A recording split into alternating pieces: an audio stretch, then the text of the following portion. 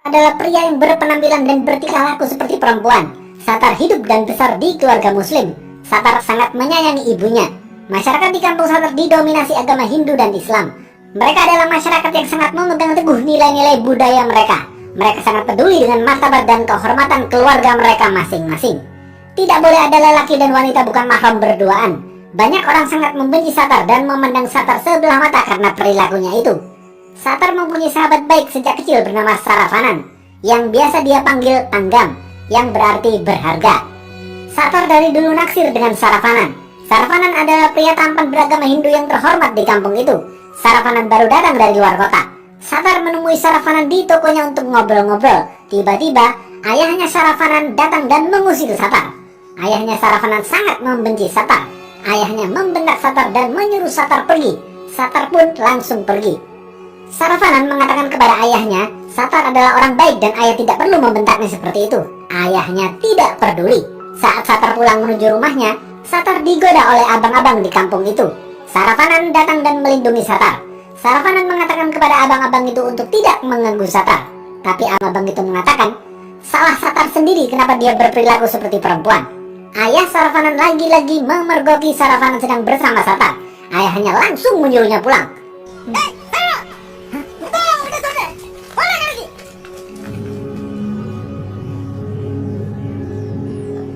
Sore harinya, Saravanan bertemu dengan Satar karena ada hal yang ingin Saravanan sampaikan. Mereka bertemu di tempat nongkrong mereka sejak kecil di pinggir sungai. Saravanan menyuruh Satar untuk berhenti mengunyah daun, tapi Satar terus melakukan itu agar bibirnya menjadi merah merona. Karena penasaran dengan isi tas Satar, Saravanan menarik tas Satar sehingga membuat semua barangnya terjatuh. Saravanan terkejut melihat isi tasnya. Saravanan mengatakan, "Apa ini Satar? Untuk apa uang sebanyak ini?" Satar menjawab, "Aku menabung selama 8 tahun untuk mendapatkan 3 juta rupiah ini. Masih kurang 600 ribu rupiah lagi untuk berangkat ke Mumbai. Aku ingin menjalani operasi. Setelah itu, kita bisa menikah." Saravanan sedikit marah dan tidak suka dengan candaan Satar. Satar mengatakan, "Kamu memanggilku ke sini untuk ada perlu apa?" Saravanan menjawab, "Aku susah payah kuliah dan mencari kerja yang bagus di kota. Sekarang aku berani untuk mengatakan ini kepadamu. Aku menyukai saudara perempuanmu bernama Sahira. Tolong sampaikan surat cinta ini kepadanya." Satar cemburu mendengar hal ini. Satar pulang sambil menangis karena ternyata Saravanan selama ini mencintai Sahira.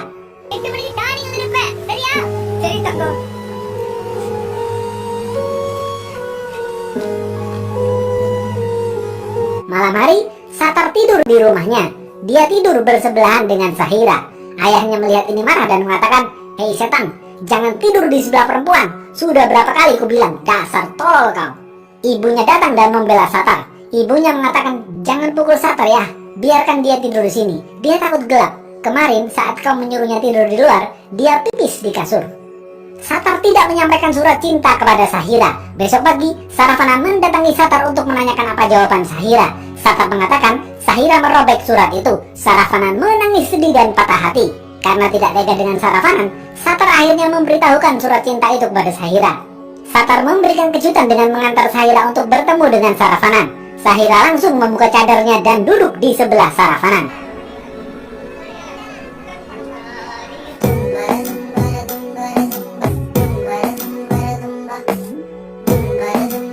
Sejak itu, setiap Saravanan dan Sahira bertemu, Satar selalu menjaga mereka.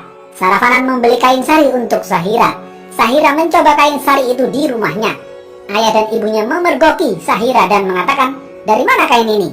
Satar mengaku dialah yang membelikan kain sari itu. Satar dimarahi dan dipukulin ayahnya. Sahira sedih melihat Satar dipukulin, tapi Satar tetap tersenyum demi kebahagiaan Sahira. Saravanan sering bertemu dengan Sahira. Suatu hari, mereka berdua kepergok paman Saravanan. Berita ini langsung menyebar luas di masyarakat. Sahira dipukulin ayahnya hingga babak belur. Satar mendatangi Sahira untuk menenangkannya. Satar mengatakan, "Apakah kau sangat mencintai Saravanan?" Sahira menjawab, "Iya bang, aku sangat mencintainya. Aku tidak mau menikah dengan lelaki lain selain dia." Melihat keyakinan Sahira, Satar membantu Sahira untuk kawin lari dengan Saravanan. Satar sudah mempersiapkan semuanya. Ayahnya Saravanan marah mendengar anaknya ingin kawin lari dengan Sahira. Ayahnya Saravanan mendatangi ayahnya Sahira dan mengatakan, "Hei pak, di mana Saravanan dan Sahira? Kasih tahu aku ingin membawa Saravanan saja. Aku tidak akan membunuh Sahira." Ayahnya Syahira membalas, "Hei Pak, aku tidak peduli kau membunuh siapa. Jika kau menemukan mereka, bunuh mereka berdua. Keluarga kami sedang berduka." Cedir. Sungguh kedua ayah ini tidak mempunyai hati. Satar memanggil taksi dan mengemas barang-barang Syahira untuk kawin lari dengan Saravanan. Saravanan bergegas masuk ke dalam mobil bersama Syahira. Saravanan memaksa Satar untuk ikut dengan mereka, karena kalau tidak, Satar akan dibunuh. Tapi Satar menolak dan mengatakan, "Aku sudah terbiasa dipukuli. Sudah, kau jangan khawatirkan aku. Jika keadaan memburuk, aku akan pergi ke Mumbai." Lalu Saravanan memberikan lipstik kepada Satar agar bibirnya merah merona tanpa mengunyah daun. Sebelum pergi, Saravanan memeluk Satar. Satar seketika itu menangis dan mengatakan,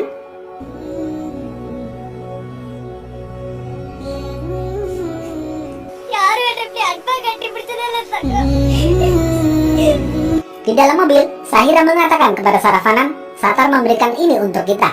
Saravanan kaget, ternyata Satar memberikan semua tabungannya kepada Syahira, padahal tabungan itu untuk operasi transgendernya. Saravanan ingin keluar dari mobil dan mengembalikan uang Satar, tapi Syahira mengatakan, "Jangan Saravanan, Satar memberikan ini dan dia menyuruhku berjanji untuk merawatmu dengan baik.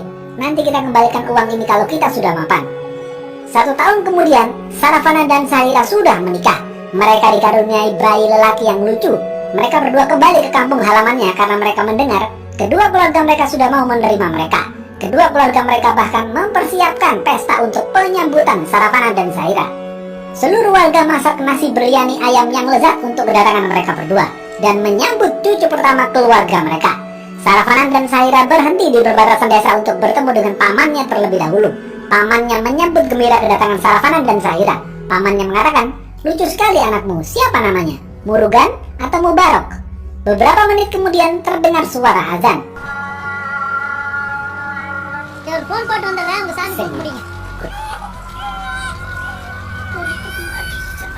Saravanan menggendong bayinya agar Syahira bisa sholat. Syahira melaksanakan sholat di mobil. Paman telepon kedua orang tua mereka dan mengatakan bahwa Saravanan dan Syahira sudah dekat. Sebentar lagi mereka akan sampai. Setelah Syahira selesai sholat, mereka berdua melanjutkan perjalanan ke acara pesta penyambutan itu. Di dalam mobil, Saravanan dan Syahira mengatakan, "Paman, apa yang membuat ayah akhirnya setuju dengan pernikahan kita ini?" Pamannya menjawab, "Awalnya ayahmu marah, tapi aku sudah mengatakan kepadanya, jika kau tidak punya anak dan cucu, terus harta warisanmu mau kau kasih pada siapa? Jangan sampai harta warisanmu jatuh ke tangan orang lain." Tapi ayahmu masih keras kepala, hingga ibumu jatuh sakit dan merindukan cucunya. Akhirnya ayahmu setuju, lalu aku pergi menemui orang tua Syahira. Saravanan lalu bertanya lagi, "Bagaimana kabar Satar, Paman?" Pamannya menjawab, "Kau ngapain tanya orang satu itu? Nggak ada gunanya." Saravanan membalas, "Jangan begitu Paman, dia kakak iparku. Dia pernah mengirimiku surat 1 kali dan mengatakan semuanya baik-baik saja. Tapi setelah itu, dia tidak pernah mengirimiku surat lagi." Pamannya menjawab, "Satar tidak akan bisa mengirimu surat lagi. Itu sudah menjadi takdirnya. Setelah mengantarmu pergi, dia pulang ke rumah. Ayahnya memukulinya dan mengusirnya dari rumah. Orang-orang di kampung tidak ada yang menolongnya. Ayahmu mengambil KTP-nya dan tidak ada seorang pun yang memberinya makan dan tempat tinggal. Lalu dia pergi ke pinggir sungai tempat kalian biasa nongkrong sambil berteriak, 'Tanggam, tanggam.' Kemudian abang-abang mabok mendatanginya dan mengejarnya. Satar berlari ke setiap rumah, tapi tidak ada yang membukakan pintu. Lalu Satar pergi ke rumahmu Saravanan dan berteriak minta tolong kepada ayahmu. Ayahmu mengatakan akan membuka pintu asal Satar memberitahu keberadaanmu. Tapi Satar menolak dan tetap diam.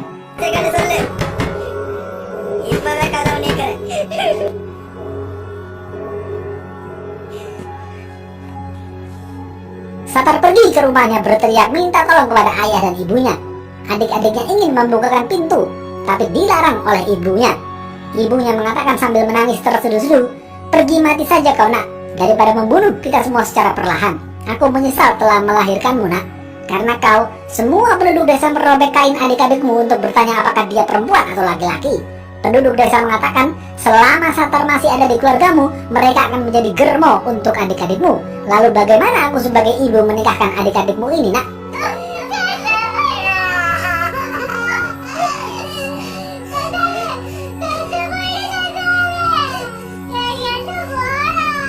Satar lalu menyerahkan diri kepada abang-abang mabok itu. Lalu Satar tewas. Itulah yang menjadi alasan utama kenapa kedua orang tua kalian setuju dengan pernikahan kalian. Udah, nggak usah dipikirin.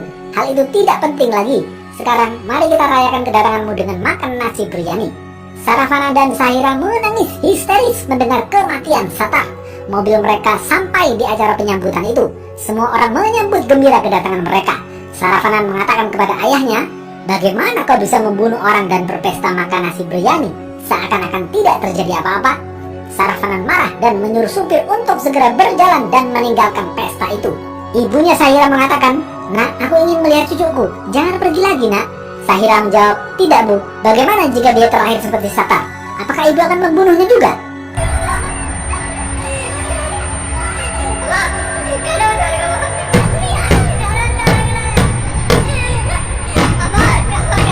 Kedua orang tua Saravana dan Sahira memohon agar mereka turun. Tapi Saravana dan Sahira tidak mau. Mereka berdua pergi dan meninggalkan kampung itu untuk selama-lamanya. Sebelum pergi, Saravana pergi ke pinggir sungai, tempat dia dulu nongkrong dengan Satar.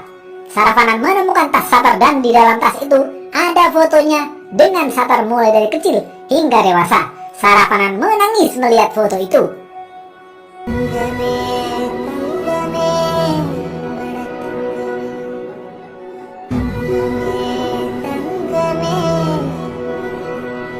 Habis.